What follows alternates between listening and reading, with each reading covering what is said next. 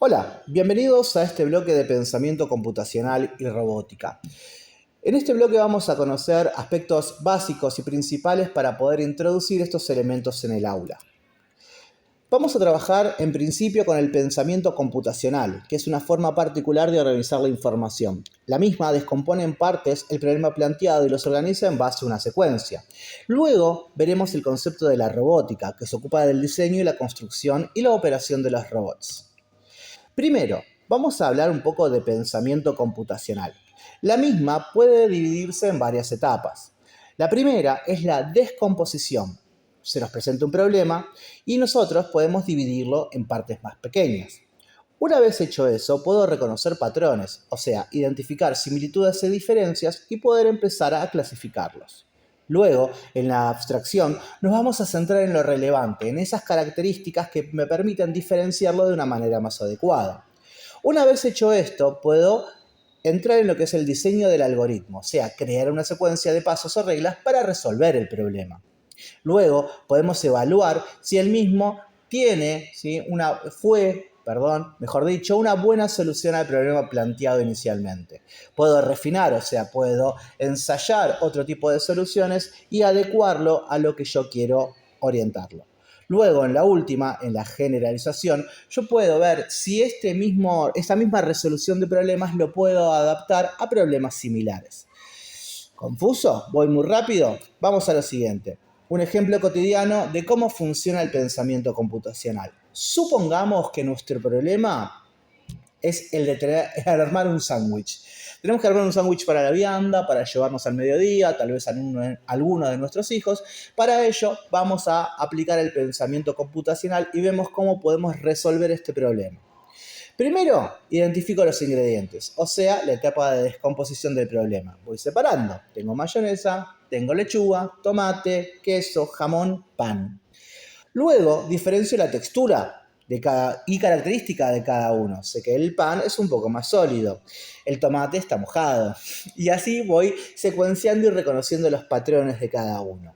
Luego, con esa información adquirida, puedo clasificarlo, ¿sí?, de una forma más adecuada. Por ejemplo, sé que el pan ya no lo puedo meter luego de poner ketchup sobre la mesa. En esta abstracción que hago, conozco los detalles, ¿sí?, de cada uno de los elementos que he separado. En base a esta información que proviene de la abstracción, yo puedo ordenar una secuencia. O sea, puedo poner el pan primero, porque sé que va a ser un buen contenedor, luego la mayonesa, porque sé que me va a ayudar a unir los ingredientes, luego el jamón, luego el queso, luego el tomate, etc. Esto sería el diseño del algoritmo. Luego, la parte más divertida, la evaluación. Probar si tiene un buen sabor ese sándwich que acabo de preparar. Por último, ¿sí?, en la generalización yo puedo aplicar este mismo orden de ingredientes a otros ingredientes similares. Por ejemplo, en vez de jamón y queso tengo un sándwich de milanesa. Espero que esto no lo estén viendo a la hora del almuerzo, pero básicamente si yo tengo un sándwich de milanesa puedo aplicar la misma lógica, ¿sí?, esa misma secuencia, ese mismo diseño a un sándwich nuevo, ¿sí? Ese es un ejemplo cotidiano para saber cómo funciona el pensamiento computacional. Es importante recordar que este pensamiento no está vinculado solo a la tecnología, ¿sí?, pero que es muy útil para la misma. Como dijimos, el pensamiento computacional es una forma particular de ordenar la información. Luego, el pensamiento computacional está vinculado a la robótica. Eso sí lo vamos a saber. ¿Por qué? Porque lo mismo comparten una estructura lógica. O sea, hay que considerar que el pensamiento computacional es el marco conceptual en el cual yo creo, ¿sí?, la información, y la robótica es la aplicación, ¿sí?, de la tecnología. O sea, por un lado, tengo la forma en la cual piensa un robot, un pensamiento computacional, podemos decirlo de esta manera, y por otro lado vamos a tener la acción, o sea, la aplicación de la tecnología. Para que estos dos mundos se comuniquen, o sea, para que el pensamiento computacional entre en juego con la robótica, necesito de un lenguaje. Como vimos en el ejemplo anterior, para resolver cualquier problema se necesitan instrucciones precisas, o sea, en el armado del sándwich, por ejemplo. Para poder configurar esas órdenes precisas y aplicarlas a un mecanismo, yo necesito transmitir esas órdenes al robot. Para eso necesitamos de lenguajes. Uno de los más utilizados en educación es el lenguaje de bloques.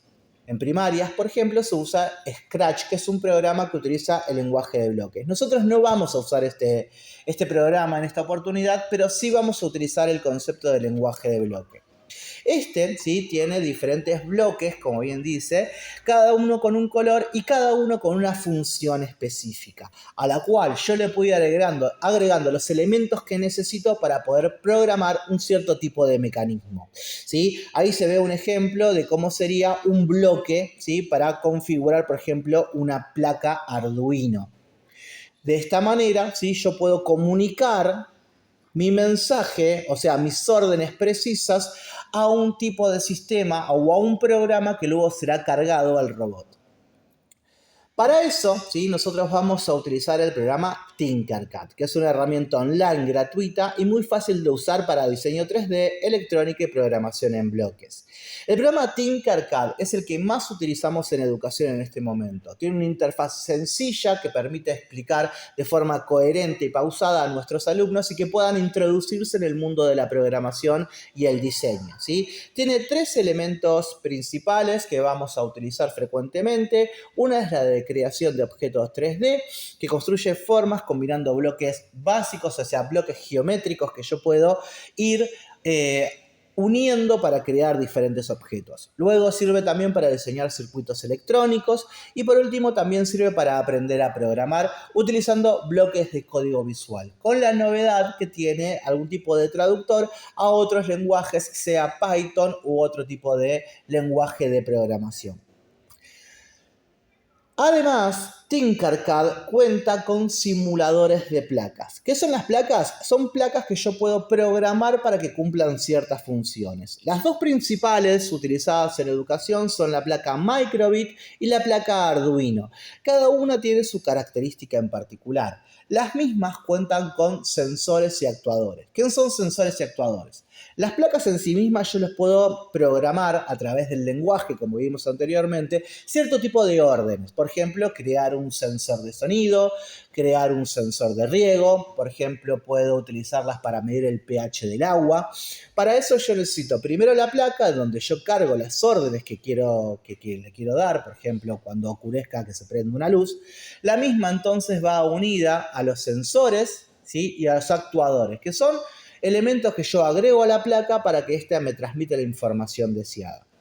No se vuelvan locos con esto, ya lo vamos a revisar más en detalle a lo largo del curso. Por un lado, entonces, tenemos Microbit, que es una placa de desarrollo, ¿sí? Y por el otro lado, Arduino, que es una plataforma electrónica de código abierto. Las mismas cuentan con sus elementos que luego vamos a ir ahondando en detalle y vamos a ver qué funciones cumple.